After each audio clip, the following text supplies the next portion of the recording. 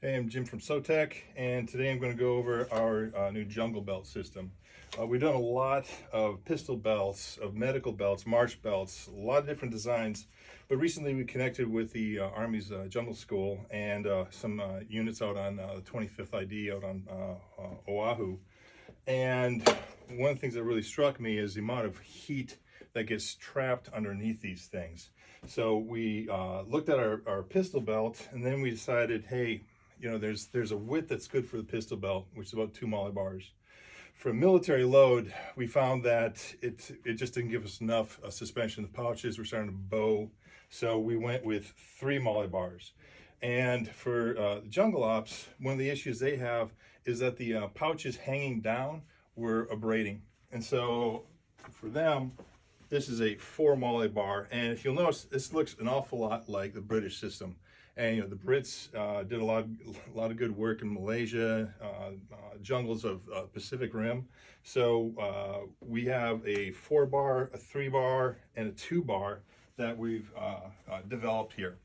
Now, what makes it interesting for jungle? Well, you may or may not be able to see, but you can see air and light all the way through this belt. Behind the belt, this is a spacer mesh, and you can see how thick that is, and all of that in there is space for air to circulate. How do we keep it rigid then? Well, there's Tegris sewn in this to support structure, and then we use laser cut to mount our pouches to it. One thing that's kind of fun, we have the harness system, our flat harness system that works beautifully with this, especially in the jungle environment. So that gives us an upward and downward attach or suspension. But our belt suspension, we have a cinch mechanism here. So when you get your belt on, you cinch it tight.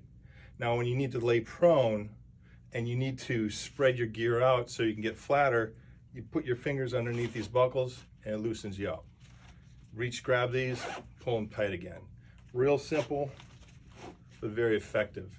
So we've done that with all 3 of these belt systems. And the final thing I want to show you is that the belt buckle and belt harness comes off. It's completely removable from this point. So we leave a slot there so you can take the plastic buckle off and you have the ability to run maybe a Cobra buckle or whatever your favorite rigger's belt is through this. And there are slots in the on the hips and in the bottom of these belts, so you can put a Safariland holster up inside that, and you can put a retention point in the rear to attach into a Type 13 web type of rigger's belt. And that's our jungle belt.